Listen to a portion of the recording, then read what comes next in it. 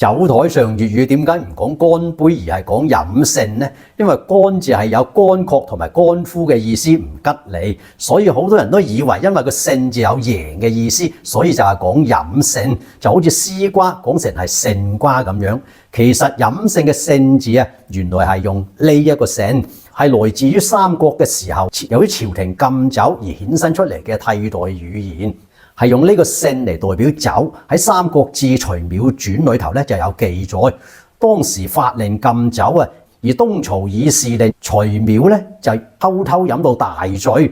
校士啊，即係而家嘅紀檢趙突咧，就問佢曹中事務。點知徐邈飲大咗就亂噏話眾聖人，曹操知道之後就大怒。不過度遼將軍就為佢解釋噃，話平時飲酒嘅人咧都會將清酒叫做聖人，將濁酒叫做賢人。徐邈本性謹慎，只不過偶然飲醉先至咁講嘅啫。由於度遼嘅求情，徐邈亦都免去咗懲罰。